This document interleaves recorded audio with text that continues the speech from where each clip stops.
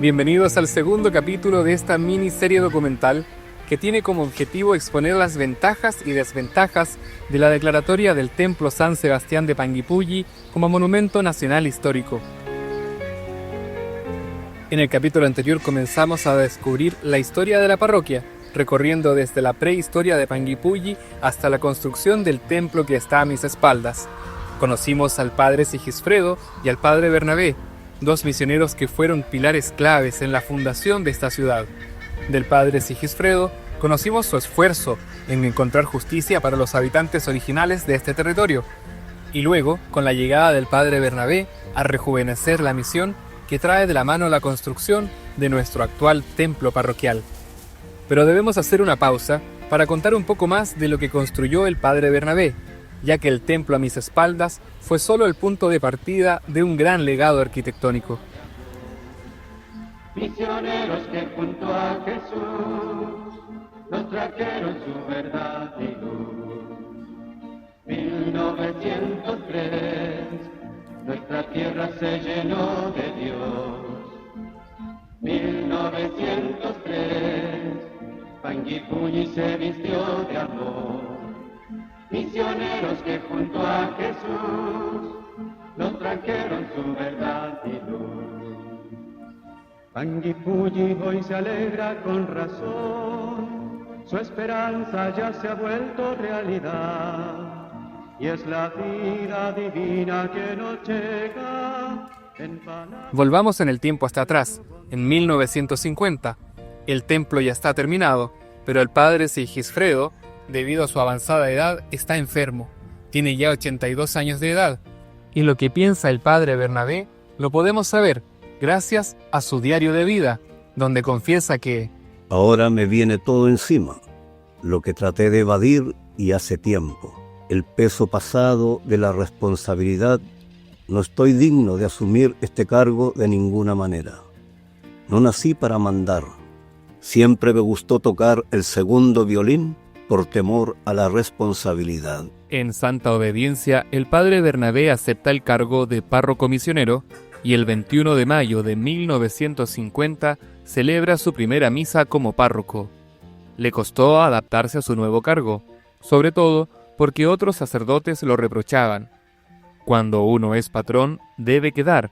No se puede servir a dos señores, al campo y a la parroquia. Ser párroco dentro de la iglesia, ¿no es cierto?, dentro del derecho canónico, se dice, ¿no es cierto?, que es un cura de alma de una porción de iglesia, de una porción del pueblo santo de Dios, y es el que representa al obispo, en definitiva, en una parroquia, y actúa en nombre, ¿no es cierto?, del obispo en la parroquia. Yo conocí a Padre Bernabé muy tarde ya, ¿no? Y algo que me impresionaba, yo no sé si ustedes lo conocieron, pero el padre Bernabé vivía para los demás. Él no se preocupaba de sí mismo. Él podía andar con zapatos distintos, con medias distintas, porque ahí no estaba su preocupación. Su preocupación estaba en el poder desarrollar más a la gente, con las viviendas, con la iglesia, hacer iglesias bonitas, porque aunque sean pobres, decía él, no pueden tener una iglesia mediocre, tiene que ser lo más lindo con lo que tienen ellos, ¿no? Salía a pedir a la gente madera, otro poco lo traían ya de Alemania, pero él, esa era su locura, ese era su sueño. Y es que efectivamente, la preocupación del padre Bernabé no se centraba en lo administrativo, sino en las necesidades de la gente. Así fue como el padre Bernabé luchó contra la negativa de sus superiores para traer a Panguipulli la primera sucursal del Banco del Estado, ya que antes los vecinos debían viajar hasta Lanco para hacer trámites. Fue el padre Bernabé quien confeccionó los planos para la construcción de la municipalidad de Panguipulli, pero una de sus obras que más importancia tiene y que hasta el día de hoy sigue activo es el hospital de la ciudad. El hospital más cercano a Panguipulli era el de Valdivia, a más de 100 kilómetros. Tomando en cuenta los malos caminos, la falta de locomoción y el desarrollo de la industria maderera, eran cada vez más frecuentes los accidentes graves. En una revista alemana, el padre Bernabé narraba lo siguiente. Un día me llamaron a un enfermo grave. Subí al primer camión maderero que pasó. Ante mis ojos espantados yacía sobre unos troncos ensangrentados un trabajador maderero, horriblemente demacrado, imagen real del Salvador crucificado, marcado por la muerte. A cada sacudón escupía sangre. Dios mío, al lado, de rodillas, su joven esposa sacaba sangre y sudor de su cara desfigurada por el dolor. Ella me contó que estaba ya un día de camino. En una carreta de bueyes vinieron de un aserradero distante de la selva de Panguipulli. Ahora tenían que viajar en este camión maderero. Todavía 100 kilómetros hasta Valdivia. 10 días más tarde me llamaron otra vez a un enfermo. Pero qué sorpresa, era el mismo enfermo que había acompañado en su trecho en el camión. La mujer me contó que en el hospital de Valdivia le habían colocado solamente una inyección y lo mandaron de vuelta en el mismo camión. Me dio rabia y vergüenza, rabia por los patrones desalmados y el sistema estatal de salud, que desecharon a un trabajador explotado, como un limón exprimido. Me dio vergüenza por los malos cristianos de mi parroquia misional, que no hacían nada para remediar la suerte de los pobres enfermos. Convoqué inmediatamente a los feligreses a una reunión pública. Pedí insistente y los conjuré para que se hiciera algo por los pobres enfermos, porque así no podríamos llamarlos cristianos. 7 años duró mi vía crucis con mendigar materiales a los reyes de la madera y conseguir en la capital, Santiago, ayuda financiera estatal y el permiso del Ministerio de Salud para la construcción del hospital. Me costó mucho, porque el ministro era contrario a hospitales católicos. Por el diario del padre Bernabé podemos ver su recorrido buscando los materiales y lo encontramos en 1951 en Santiago escuchando la prédica de un ya reconocido en ese entonces Alberto Hurtado, hoy conocido como el primer santo chileno. Finalmente, en 1956 se bendijo el hospital de Panguipulli, que lleva el nombre Padre Bernabé de Lucerna. El hospital de Panguipulli también es una obra del padre Bernabé de Lucerna. De hecho, sigue en el fondo el estilo arquitectónico de alpino, por estos techos muy inclinados, ¿verdad? Que en ese lugar, en Europa, en Suiza, tienen en el fondo la función de que hacer que la nieve, que puede llegar hasta más de 1 metro a veces, no se acumule arriba de los techos y por lo tanto haga colapsar la estructura, y por eso esa inclinación. Pero si nos fijamos, hay diferencia importante con las otras obras, con las obras religiosas. Esta, que es una obra civil, que es un hospital, tiene muchísimas ventanas, y las ventanas son importantes para la salubridad, para la ventilación, para hacer que en el fondo la luz y el aire entren en la sala de los enfermos y se puedan sanitizar, se puedan ventilar, se puedan airear. Todas estas son ideas que surgen a principios del siglo XX con el movimiento llamado higienismo, y que se aplican a la arquitectura y que la transforman, y por eso aparecen en el fondo las ventanas, las puertas, los grandes ventanales en las obras de arquitectura. Hasta aquí hemos conocido gran parte del legado constructor de los capuchinos en Panguipulli. Sin embargo, no hemos destacado ni mencionado el rol silencioso y abnegado de quienes le dan vida a las comunidades, porque una cosa es construir un hospital y otra es hacerse cargo. Ese fue el gran problema que tuvo el padre Bernabé y el vicario apostólico de la Araucanía, ya que una vez construido el hospital de Panguipulli, nadie quería administrarlo. Entonces él construyó el hospital. Después, cuando lo tenía listo, no había quien lo iba a llevar. Y él quería que Pumalón se haga cargo, pero Pumalón estaba ya con Pucón. Después y quería con Santa Cruz, tampoco que querían porque no había enfermeros, solo profesoras. Entonces él era muy astuto al obispo. Él mandó un telex a Suiza que llorando la necesidad y de Suiza viene la cuestión de hacer posible de un imposible. Así que tiene que hacerse cargo, pero ¿sabe qué hacerse cargo del hospital? El hospital era en la obra gruesa. No había separaciones, no había cocina, no había lavandería, no había capilla. Entonces, claro, después no había nada instalado, no había ni cama, ni nada.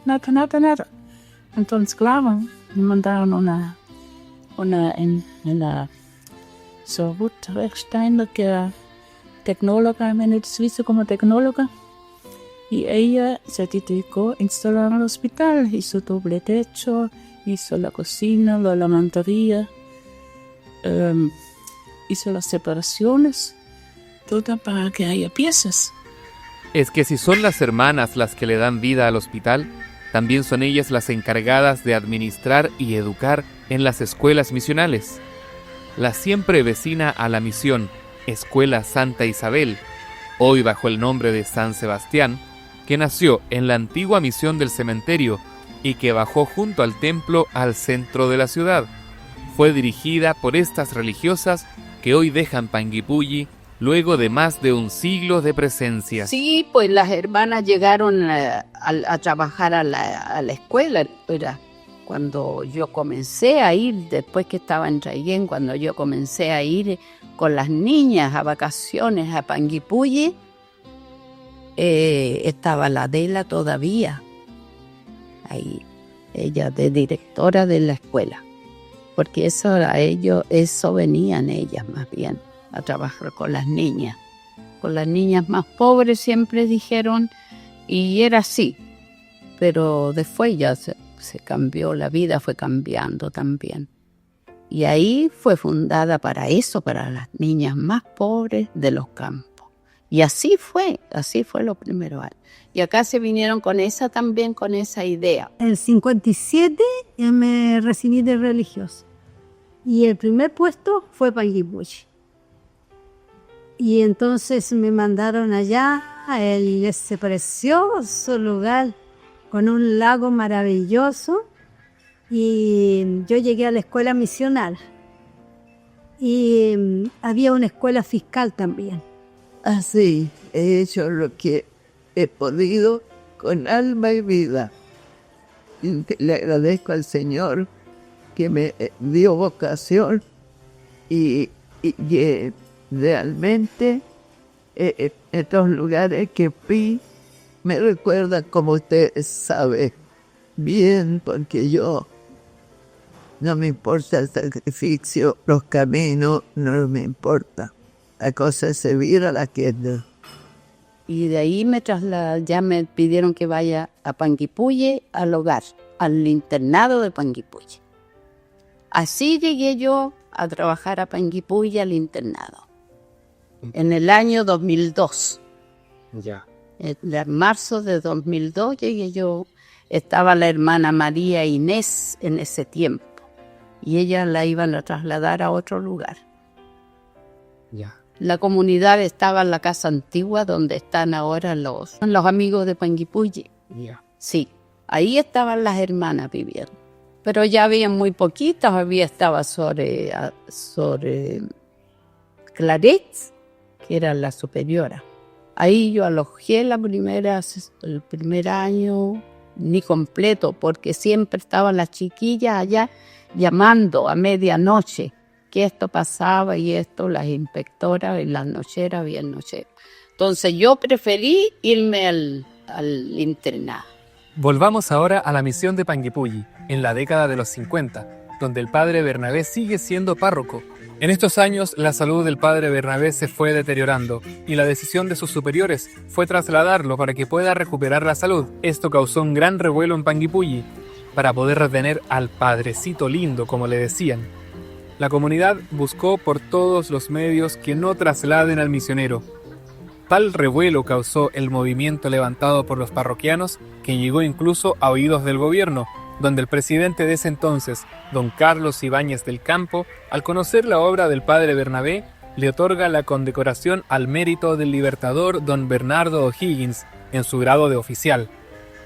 En la ceremonia, acontecida en el Salón Rojo de la Moneda el 30 de julio de 1958, el subdirector del ceremonial y protocolo, señor Aurelio Fernández, dijo: Una privilegiada coincidencia hace que tenga el honor de prender esta medalla que se otorga por primera vez en Chile en el hábito de San Francisco, pues correspondió a Fray Francisco Javier Ramírez, que llevaba este mismo hábito, la honra de enseñar las primeras letras a nuestro libertador. El escritor Fernando Santibán, como amigo del misionero, le preguntó directamente sobre esta situación. Ahí, el monje constructor le confesó su inquietud por esta condecoración. ¿Por qué me han de premiar? No tengo méritos. Además, mis votos de humildad franciscana me impiden recibir honores de ninguna clase. Después de pensarlo mucho, encontré la solución. Si yo consultara a mi padre San Francisco, él me diría: acepta esta condecoración, hijo mío, con la misma humildad con que un día don Bernardo O'Higgins, el gran prócer de la patria chilena, pidió el hábito de los franciscanos y solicitó ser enterrado con él en vez de hacerlo con su glorioso uniforme de general. Pensando en enviarlo a descansar, sus superiores lo enviaron hasta Cunco, en la Araucanía andina. Aquí el padre Bernabé construyó una villa llamada South Dakota luego del terremoto de 1960. El nombre lo lleva por las donaciones llegadas desde los Estados Unidos. Además, buscando embellecer la ciudad, el padre Bernabé quiso construir otra villa. Consiguió los terrenos, sin embargo los dueños luego se arrepintieron y prefirieron darle terrenos alejados a unos 12 kilómetros de la ciudad. Lo que hace el padre Bernabé en Villa García es justamente es una obra muy interesante desde un punto de vista patrimonial, no solo por los edificios que se construyen, sino también por la obra social que está ahí. En el fondo hay una cierta reconocimiento de la importancia de la obra campesina, de los campesinos en el fondo, y de lo que significaba la reforma agraria en el momento en Chile, y por lo tanto aporta, consolida esta idea, la importancia de la reforma agraria, creando una obra urbana, este óvalo, en el fondo que tiene casas en los alrededores, también tiene equipamiento para los vecinos, los futuros habitantes, y en el centro de este óvalo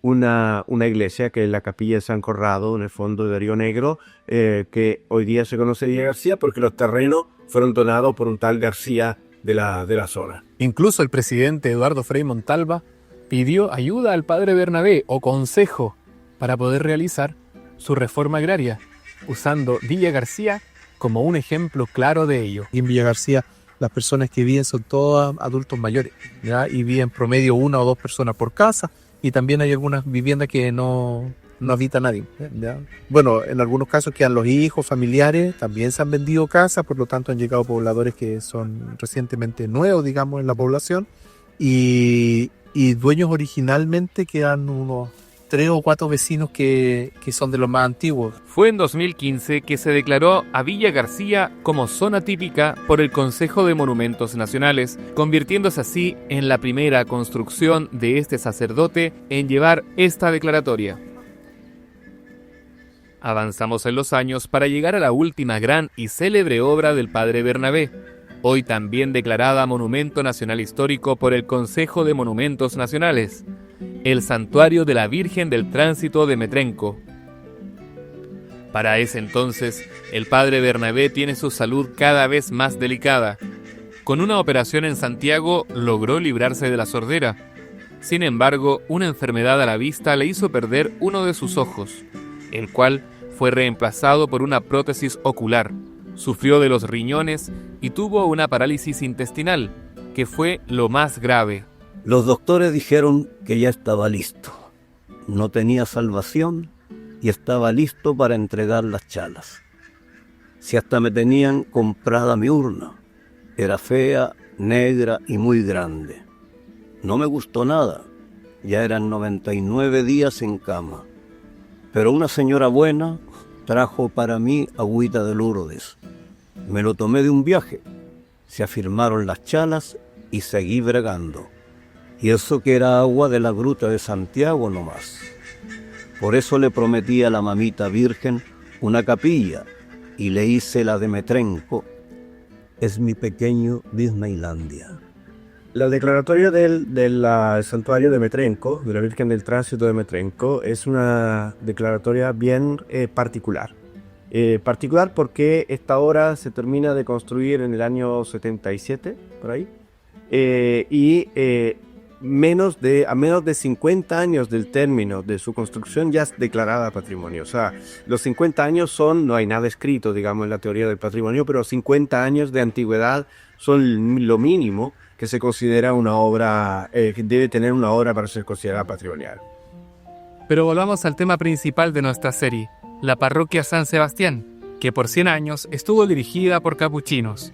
El padre Sigifredo y el padre Bernabé, tan nombrados, son solo dos destacados misioneros, pero no podemos dejar la oportunidad de nombrar a otros misioneros destacados, como por ejemplo el padre Pascual Alcapán, primer sacerdote mapuche, oriundo de Puyinque Alto, en la comuna de Panguipulli, quien fue ordenado sacerdote en 1954 y falleció en 1968. Actualmente, sus restos mortales descansan aquí, en la capilla del actual cementerio parroquial, donde alguna vez estuvo la primera iglesia. Aquí descansan por la eternidad junto a los restos del padre Sigifredo, del hermano Inocencio y del hermano Tiemo, y además del famoso misionero padre Ernesto Wilhelm, experto en mapudungún, editor de la autobiografía del indígena Pascual Coña y del libro con explicaciones de nombres indígenas de Chile, Voz de Arauco, y también experto botánico, autor del recientemente reeditado Botánica Indígena de Chile. Este misionero fue a pasar sus últimos años de vida a Panguipulli y una calle de la ciudad lo recuerda hasta el día de hoy. Otro misionero a destacar fue el padre Juan Bauer, a quien le correspondió ser párroco de Panguipulli cuando la parroquia cumplía 90 años. Yo creo que dentro de los misioneros mayores, después del padre Bernabé, por cierto, que pasó haciendo capilla y cuánta cosa, el que evangelizó de veras fue el padre Juan Bauer, junto con el padre Ricardo Méndez, que ellos andaban casa por casa, evangelizando, llegaban a los fondos, no conocían a las personas, pero sí llegaban y evangelizaban. Tenían esa, como decía yo, le decían a los ricos, mire, tienen que hacer esto, y en parte me acuerdo de Champulli, les obligó a que tenían que tener un lugar para que los trabajadores vayan a hacer oración, de esa forma. Y los ricos accedían a los pedidos del padre Juan. Me atrevo a decir que es importante que los capuchinos sigan aquí, y no solo en la Araucanía, sino en Chile, porque yo creo nuestra manera de ser da algo a la gente que otros notan, una cercanía, que la gente se siente muy cercano a nosotros, se nota cuando uno dice que lo conocen, se alegran con uno, y creo que los capuchinos, no sé si todo, no nos complicamos estar con la gente. Aquí, junto al ingreso al templo parroquial, en este sencillo monolito, se recuerda a los párrocos capuchinos que estuvieron a cargo de esta misión. Es en 2003 cuando el último de ellos, Fray Severiano Alcamán, primer capuchino mapuche, es el encargado de hacer el traspaso oficial de la parroquia desde los capuchinos al clero diocesano de Villarrica. Como una manera simbólica de dejar un recuerdo de la misión, él decide cambiar el retablo del fondo del altar. Mire, a mí se me ocurrió porque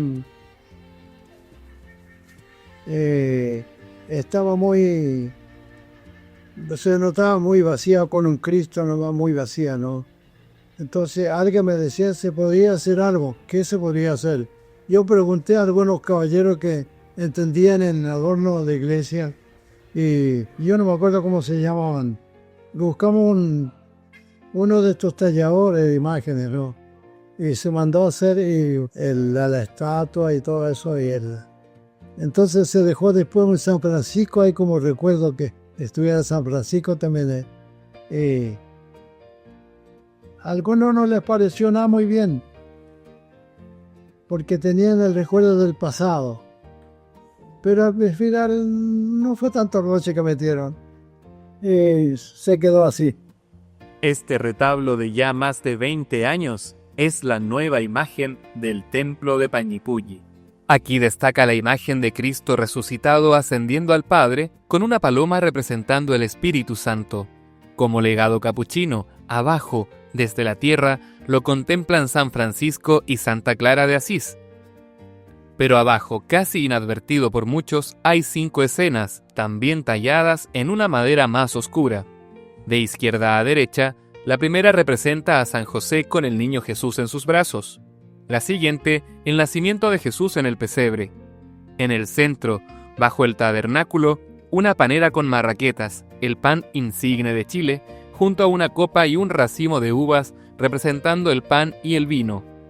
La siguiente, una postal de los misioneros capuchinos predicando junto a una ruca a una familia mapuche, sentados en huancos con el lago Panguipulli y el volcán Mocho Choshuenco de fondo. Y finalmente, San Sebastián, patrono de Panguipulli. Sobre estas escenas se encuentra el tabernáculo o sagrario, donde los católicos reservan la posesión más sagrada, que es la Santa Comunión. Este es parte del mismo conjunto tallado que presenta en su puerta a Jesús como el buen pastor con algunos corderos junto a él. Por ambos costados de esta caja de madera se ven los apóstoles en diferentes actitudes corporales siguiendo a Jesús. Antiguamente, la imagen del altar era presidida, como es tradición, por un gran crucifijo, y el tabernáculo era una sencilla caja de madera pintada de tonos azules, negro y naranja. Aún se conservan estos elementos en una capilla contigua al altar, donde además se encuentra una pintura de Santa Teresa de Lisieux sobre un paisaje inspirado en Panguipulli, y en el cielo una piedad en que es Dios Padre quien recibe el amortajado cuerpo de Cristo asesinado, con el Espíritu Santo en forma de paloma sobre ellos.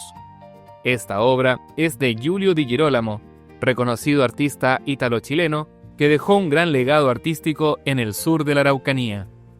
La llegada de los sacerdotes diocesanos a la parroquia también trajo cambios visibles a la imagen del templo. Una de ellas fue añadir un reloj a la fachada. Bueno, en ese tiempo todavía no estaba la posibilidad de patrimonio histórico, y por eso se podía también anexar algunas cosas que pudieran hermosear el templo. El templo el tema del reloj, del carillón y todo eso es como emblemático de la iglesia. Entonces había alguien que podía hacerlo y yo feliz lo adopté. Y eso fue porque le insinuaban la gente que venía, los turistas. Los turistas empezaron a hacer varios cambios. Y ellos ponían los recursos, ellos regalaron el reloj, ellos hicieron todos los cambios que de no haber frenado también ellos hubieran cambiado quizás cuántas cosas de la parroquia. Lo que siempre quisieron los sacerdotes y los párrocos, conservar lo que había, porque a una cosa, ¿no es cierto?, de esa época tú le agregas algo nuevo y la echas a perder en vez de raquearla. Otra obra de importancia al exterior del templo fue la pavimentación con adoquines del pasaje Capuchinos. Muchas personas, ¿cierto?, caminan aún, ¿cierto?, hacia el templo con sus difuntos, y más de alguna ocasión vi cómo tenían que levantar las urnas sobre los autos que estaban ahí estacionados en el frontis, y también cómo la gente se embarraba, tenía que pasar por el lado. Y a la iglesia, ¿cierto?, se logró concretar esa obra, pero siempre buscando que cada persona que acudía al templo lo pudiera hacer en las mejores condiciones. Y el mismo espíritu nos llevó, ¿cierto?, a mantener la casa parroquial. Y con la casa parroquial me refiero más bien a los salones, a la oficina. También, ¿cierto?, ahí pudimos hacer modificaciones, y el espíritu es el mismo, que la casa sea acogedora, que la casa sea también una casa familiar para todos nosotros y que pudiéramos tener las cosas que eran necesarias para llevar adelante la vida pastoral. Pensemos en la calefacción, pensemos también en las pinturas, en las mismas casas que se fueron realizando, y de este modo, ¿cierto?, uno va manteniendo el patrimonio y dando un lugar digno a las personas para poder llevar adelante las tareas pastorales. El lugar más visitado al interior del templo es el altar dedicado a San Sebastián, y es la misma imagen que se saca en procesión cada 20 de enero para la fiesta patronal. Pero eso lo veremos en el siguiente episodio. Hasta ahora hemos hecho un recorrido por la historia de la parroquia San Sebastián, conociendo los distintos misioneros y también la labor de religiosas que a través de la salud y educación aportan al desarrollo de la comuna. En el siguiente capítulo conoceremos más fiestas religiosas de esta parroquia y, por supuesto, se llevará a cabo el debate sobre las ventajas y desventajas de la declaratoria como Monumento Nacional Histórico del Templo San Sebastián de Panguipulli. Al cantar tus maravillas, oh Señor, nuestras voces se elevan hasta ti, y hay un coro de estrellas en lo alto que proclaman mil gracias por tu amor. 1903, nuestra tierra se llenó de Dios. 1903, Panguipulli se vistió de amor. Misioneros que junto a Jesús nos trajeron su verdad y luz. 1903, nuestra tierra se llenó de Dios. 1903, Panguipulli se vistió de amor. Misioneros que junto a Jesús nos trajeron su verdad y luz. Panguipulli hoy se alegra con razón, su esperanza ya se ha vuelto realidad, y es la vida divina que nos llega en palabras de Cristo y su bondad. 1903, nuestra tierra se llenó de Dios. 1903, Panguipulli se vistió de amor. Misioneros que junto a Jesús nos trajeron su verdad y luz. 1903, nuestra tierra se llenó de Dios. 1903, Panguipulli se vistió de amor. Misioneros que junto a Jesús nos trajeron su verdad y luz. Es mi pueblo el que crece con Jesús, es mi canto una oración de gratitud. Ven, Señor, a compartir nuestra alegría, ven ahora y danos tu amistad.